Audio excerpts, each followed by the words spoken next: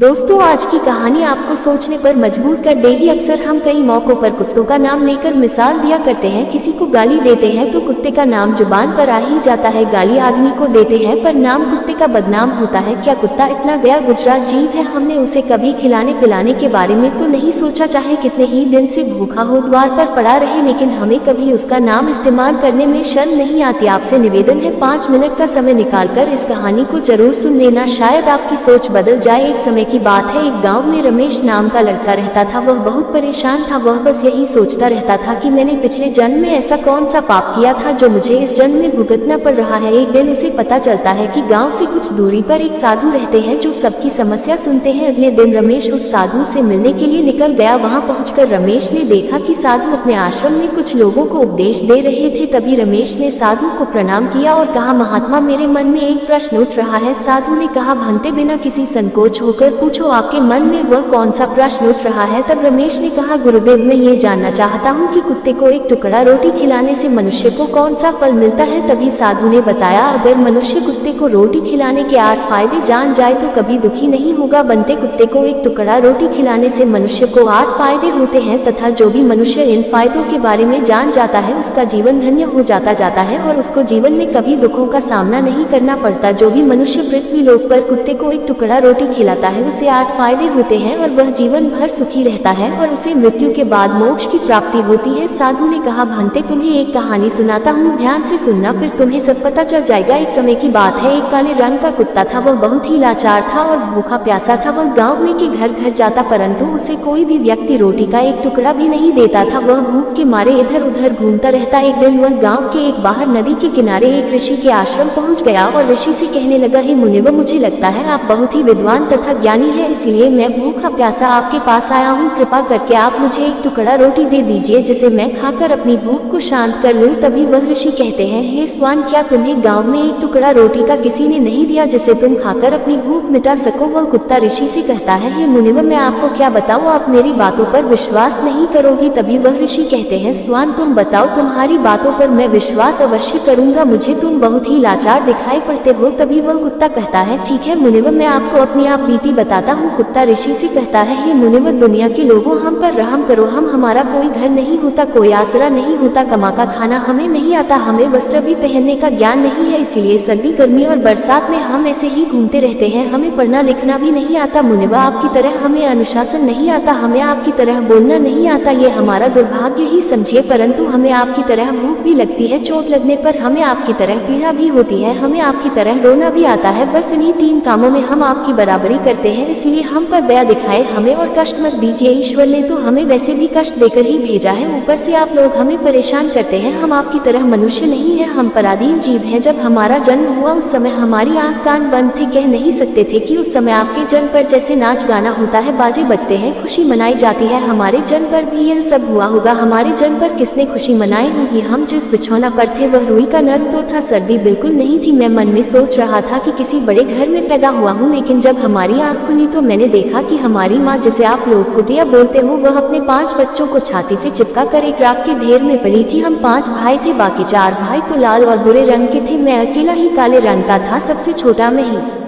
था, इसलिए कमजोर था। मेरी माँ हम लोगों के पास कम ही आती थी क्योंकि उसे भी अपने भोजन की व्यवस्था नहीं पड़ती थी। यदि वह ना खाती तो हमें दूध कहाँ से पिलाती? उसे एक माँ पर हम 5 भाई निर्भर थे। वह बेचारी अपने भोजन के लिए इधर उधर दौड़ती रहती थी, कभी भोजन मिल जाता था, कभी नहीं मिलता था, लेकिन वह हमेशा हम 5 का बड़ा ख्याल रखती थी। आखिर वह हमारी माँ थी। वह रात भर जागकर गाँव की रखवाली करती थी। किसी की मजाल नहीं थी कि कोई अनजाना आदमी बुरी नीयत से गाँव की तरफ भी झांक जाए। दूसरे गाँव के कुत्ते भी हमारी माँ के डर से गांव में नहीं आते थे। गांव के किसी किसान के खेत में कोई जानवर फसल खाने के लिए नहीं आता था। गांव वालों के लिए इतना सब करने के बाद भी कोई मनुष्य तो हमारी माँ को भोजन तक नहीं देता था। भोजन के लिए हमारी माँ को मजबूर होकर छीना झपटी करनी पड़ती थी। कई बार तो लोग उसे लाठी डंडों से भी पीट पीट कर भगा देते थे। बेचारी उस दिन भूखी प्यासी रहकर पेट की आग से जलती रहती थी। वह कहता है, हे मुनिवर, आखिर भूख तो हमें आपकी तरह ही लगती है। ऊपर से उसे अपने पांचों भाई की चिंता भी लगी रहती थी। आखिर माँ जो थी भूख उसे चैन से बैठने नहीं देती थी और गांव वालों का भी उसे देखकर हृदय नहीं पसीजता था, तो बेबस होकर उन्हें लोगों के घरों में चोरी करनी पड़ती थी और खाने की कोई चीज मिल जाती तो उसे खाकर पेट की आग बुझा लेती थी। कई बार तो लोग उसे खाने की वस्तु ले जाते हुए देखते तो लाठी डंडे लेकर उसके पीछे पड़ जाते। कुछ निर्दय लोग तो कई बार उसे घर के अंदर बंद कर पीटते थे, हमारी माँ का बुरा हाल कर देते थे। फिर वह कुत्ता ऋषि से कहता है, हे मुनिवर, हमारी माँ ने क्या बिगाड़ा था? उसने सिर्फ अपने पेट के लिए भोजन ही तो चुराया था। चोरी करने का हमें कोई शौक नहीं है, पर पापी पेट हमें ये सब करने के लिए मजबूर कर देता है। एक दिन की बात है, बड़ी जोरदार बरसात हो रही थी, ओले पड़ रहे थे, ठंडी हवा चल रही थी। उस समय में ठिठुर कर हमारे तीनों भाई मर गए। उस दिन हमारी माँ बहुत रोई, लेकिन मनुष्य हमारी पीड़ा को नहीं समझा क्योंकि उसके बच्चे थोड़ी मरे थे। फिर वो कुत्ता कहता है, हे मुनिवर, अब हम सिर्फ 2 भाई रह गए थे। हमारी माँ हम दोनों की अच्छे से देखभाल करने लगी। फिर एक दिन उसी गांव में एक सेठ के घर पर दावत चल रही थी और अनेक प्रकार की मिठाइयाँ बन रही थी। सेठ जी के घर काफी मेहमान आए हुए थे। हमारी माँ कुछ खाने की तलाश में बार बार उधर जाती, लेकिन लोग उसे दुत्कार कर भगा देते। किसी को उस पर इतना भी तरस नहीं आया कि एक रोटी उस बेचारी को खाने के लिए फेंक दे। एक रोटी से उनका क्या बिगड़ जाता? मेरी माँ बार बार जाती और वहीं खड़ी खड़ी देखती रहती थी। सेठ जी के आंगन में दावत खाने का सिलसिला चालू हुआ, भोजन परोसा जाने लगा। मेरी माँ भी वहीं जाकर पूंछ हिलाने लगी। खाना परोसने वाला आदमी जब किसी काम से भीतर गया तो मेरी माँ दबे पांव रोटी लेने को चल पड़ी। फिर दूसरे आदमी ने मेरी माँ को जाते हुए देख लिया तो चारों ओर से लोग चिल्ला चिल्ला कर उसकी तरफ भागे। मेरी माँ उनकी चीख सुनकर घबरा गई। 2-3 आदमी लाठी लेकर उसके पीछे बड़ी तेजी से दौड़े। मेरी माँ वहाँ से घबराकर भागने लगी, परंतु उसे वहाँ से निकलने का कोई रास्ता नहीं मिला क्योंकि सामने से लोग लाठी डंडे लेकर आ रहे थे। तभी मेरी माँ वहाँ पर जो लोग भोजन कर रहे थे उनको लान कर निकल गई। आगे वह कुत्ता कहता है, हे मुनिवर, मेरी माँ अपने निकलने पर इतनी हैरान नहीं थी जितनी कि उन लोगों को देखकर हुई थी जो वहाँ पर दावत खा रहे थे। वह सब उठकर खड़े हो गए। उन्होंने भोजन करना छोड़ दिया और कहने लगे कि कुटिया के लान जाने के कारण भोजन भ्रष्ट हो गया है। सब एक दूसरे के विचार विमर्श कर रहे थे कि अब क्या किया जाए, खाना तो सब खराब हो गया है। फिर सेठ जी फूट फूट कर रोने लगे। कुछ लोग तो ये भी कह रहे थे कि भाई, कुतिया के लान जाने के कारण भोजन शराब कैसे हो गया है? उसने खाने में या पतलों में मुंह थोड़ी ना डाल दिया है, सिर्फ ऊपर से लान करा ही तो गई है। और कहने लगे, शहरों में लोग कुत्तों को पालकर घर के अंदर सुलाते भी तो हैं और खिलाते भी हैं, तो इसमें कोई बुरी बात नहीं है। अगर कुतिया लान करा गई है तो भोजन खराब नहीं हुआ है। लेकिन उनमें से कुछ लोग बड़े घरों से ताल्लुक रखते थे, उन्होंने एक भी नहीं चलने दी। कह रहे थे कि भोजन तो भ्रष्ट हो गया है, ये हमारे खाने के लायक नहीं है। आखिरकार उन्हीं की बात मानी गई। अब तो वह सारा भोजन गरीबों में बांट दिया गया। उस दिन तो मेरी माँ को खूब पेट भर खाना मिला था।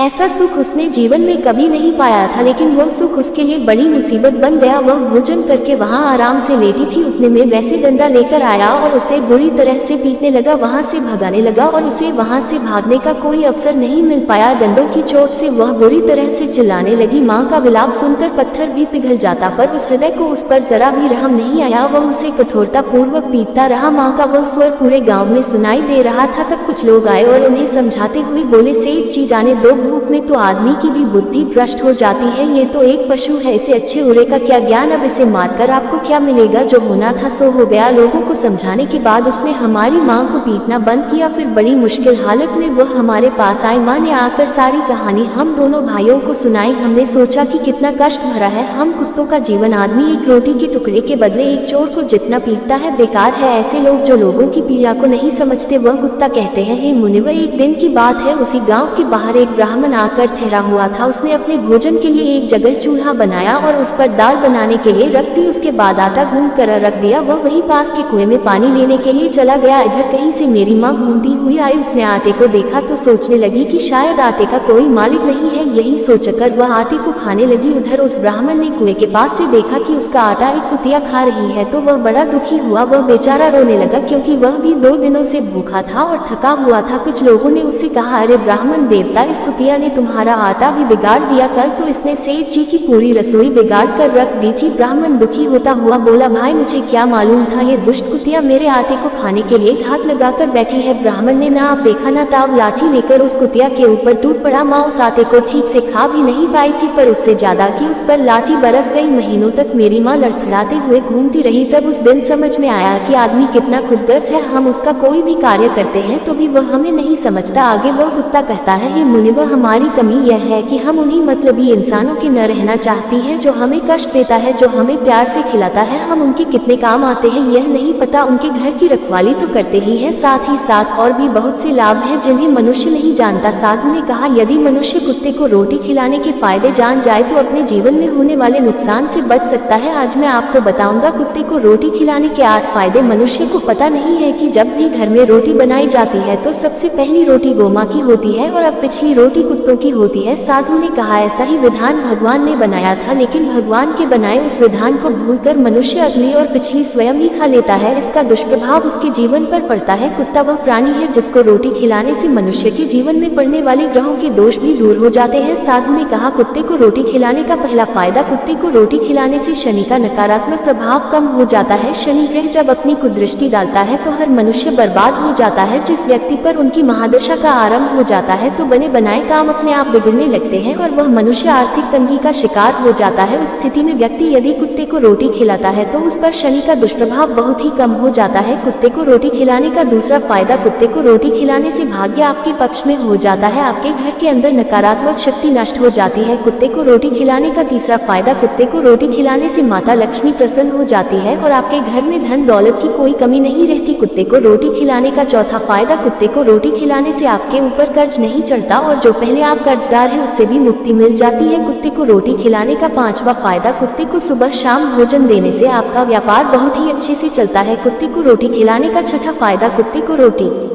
देने से आपकी आयु में वृद्धि होती है और अटका हुआ धन वापस मिल जाता है। और कुत्ते को रोटी खिलाने का सातवां फायदा, कुत्ते को रोटी खिलाने से हमेशा आप स्वस्थ रहते हैं और आप मानसिक रूप से मजबूत रहते हैं। आपका मन हमेशा ऊर्जावान रहता है, अच्छे विचार आपके मन के अंदर आते हैं। कुत्ते को रोटी खिलाने का आठवां फायदा, कुत्ते को रोटी खिलाने से भगवान प्रसन्न रहते हैं, क्योंकि भगवान को समस्त जीवों की चिंता रहती है और जो समस्त जीवों पर दया खाता है भगवान भी उस मनुष्य से हमेशा प्रसन्न रहते हैं। भगवान की कृपा सदैव उस परिवार पर बनी रहती है। आपने अपने बड़े बूढ़ों से सुना होगा, कहते हैं कि जब कुत्ता रोता है तो अपशगुन होता है, कोई संकट आता है, किसी की मृत्यु होती है, इसलिए कुत्ते को कभी रुलाना नहीं चाहिए। इस प्रकार से साधु ने रमेश को कुत्ते को रोटी खिलाने के 8 फायदे बताए और जो भी मनुष्य कुत्ते को रोटी खिलाता है तो उसे इन 8 फायदों का फल प्राप्त अवश्य होता है। तो दोस्तों, कैसी लगी आपको ये कहानी आप हमें कमेंट सेक्शन में बता सकते हो और हमारे चैनल को लाइक करें, शेयर करें और जो लोग कुत्तों के प्रति बहुत ज्यादा क्रूर रहते हैं आप उनको इस वीडियो को शेयर करें जिससे कि वह कुत्तों के प्रति दया भाव दिखाए। तो दोस्तों, मिलते हैं अगली वीडियो में। धन्यवाद।